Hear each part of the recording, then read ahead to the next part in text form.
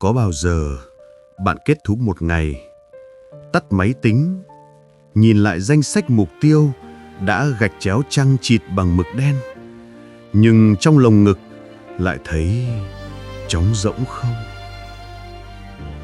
Như tiếng vang trong một căn phòng rộng, không nội thất. Như thể cái gì đó quan trọng hơn, rực rỡ hơn, đã bị bỏ lỡ, nhưng bạn không gọi tên được là gì. Giá trị của một ngày, mình từng đo bằng số mục mình gạch đi. Hôm nay, mình thử đo bằng cách khác, bằng mức độ hiện diện, bằng một cuộc trò chuyện trọn vẹn mắt nhìn mắt, bằng tiếng cười khi tự làm hỏng món trứng, bằng việc mình thật sự nghe được tiếng mưa hay chỉ thấy thông báo thời tiết. Thước đo thay đổi, cảm giác về giá trị cũng đổi màu. Nhiên nhớ hồi anh còn làm agency không? Ngày nào anh cũng đo CTR, đo conversion rate, đo engagement. Về nhà nhìn con, anh cũng vô thức muốn đo xem hôm nay con học được mấy chữ, ăn được mấy bát. Nhớ chứ, hồi đó anh căng thẳng lắm. Em nói chuyện với anh mà mắt anh cứ dán vào điện thoại check chỉ số. Em cảm giác như mình là một cái task chưa hoàn thành trong danh sách của anh vậy. Chúng ta thường bị mắc kẹt trong những thước đo cũ. Số giờ làm việc, số tiền kiếm được, số lượng thành tựu trên CV. Nhưng có những thứ không thể đo bằng số, lại là thứ giữ chúng ta không bị gãy đổ. Một bữa cơm ngon, một giấc ngủ sâu, một cái ôm thật chặt. Thước đo thay đổi, cảm giác về giá trị cũng đổi màu. Thành công ngày trước với mình là cái mốc, có một con số, có một dấu đạt. Bây giờ thành công là một thói quen bền. Một ngày có chỗ cho thờ, một tuần có một buổi không lịch, một tháng học thêm một điều vụn vặt vô thường vô phạt mà thấy lòng nở. Thành công không ồn ào, nó bền bỉ như cái cây đặt ở góc nhà.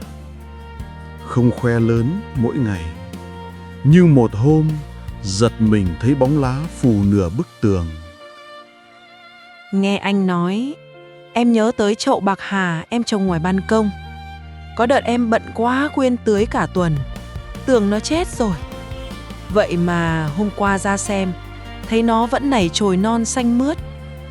Nó đâu cần ai khen, đâu cần ai chấm điểm, nó cứ sống thôi. Cây cối hay thật. Nó không cố gắng để thành công, nó chỉ cố gắng để sống. Và chính vì vậy mà nó đẹp. Chúng ta thường đợi đến khi đạt được một cái gì đó to tát mới cho phép mình hạnh phúc.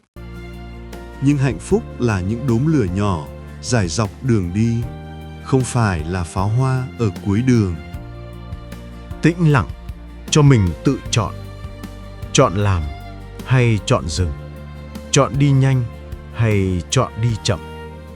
Chọn trả lời ngay hay để sáng mai lúc đầu óc đỡ day. Quyền chọn nghe nhỏ nhưng tích lại thành đời. Mình không còn bị đẩy bởi dây thừng vô hình mang tên phải bận. Thay vào đó, mình tự đặt nhịp, như người chơi trống nhá nhẹ rủi trước khi vào bài. Có thể bạn không chọn được deadline của sếp, nhưng bạn chọn được cách mình hít thở khi làm nó. Có thể bạn không chọn được kẹt xe, nhưng bạn chọn được nghe một bản nhạc hay thay vì bấm còi inh ỏi. Tự do nằm ở khoảng hở giữa tác nhân và phản ứng. Và có lẽ tự do lớn nhất là quyền được vô dụng. Nghe chói tai nhỉ? Quyền được vô dụng. Nhưng vô dụng ở đây không phải bỏ mặc Vô dụng là không bắt mọi khoảnh khắc phải tạo ra sản phẩm, là để một chiều được trôi qua, không đem về cái gì ngoài cảm giác đã sống trong chiều đó. Quyền được vô dụng là trả lại tự do cho thời gian. Mình không nợ mỗi phút một hóa đơn.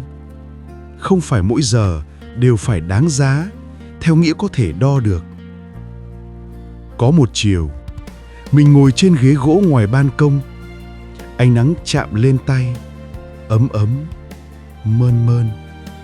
Mình không làm gì cả, không đọc sách, không nghe podcast, không tối ưu khoảng thời gian đó.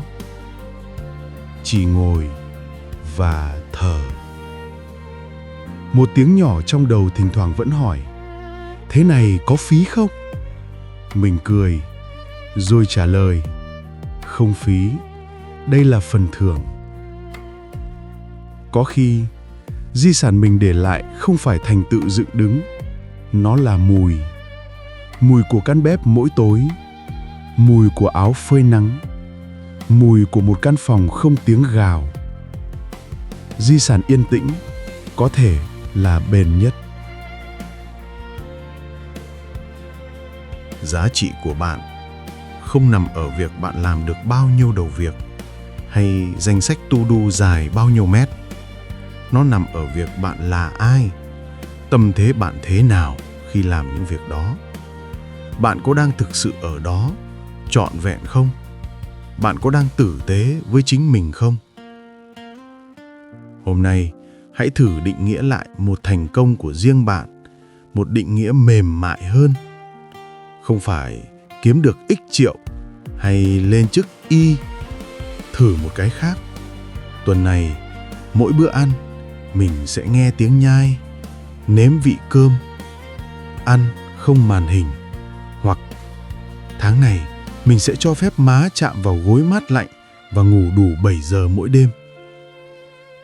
Những thành công đó không ai trao bằng khen, không ai vỗ tay, nhưng từng tế bào cơ thể và tâm trí bạn sẽ biết ơn sâu sắc. Giá trị của ta không cần chứng minh bằng mệt mỏi. Viết ra 3 thành công mới của bạn. Những thứ không ai đo được bằng số, nhưng khi có, bạn biết cuộc sống đang khác.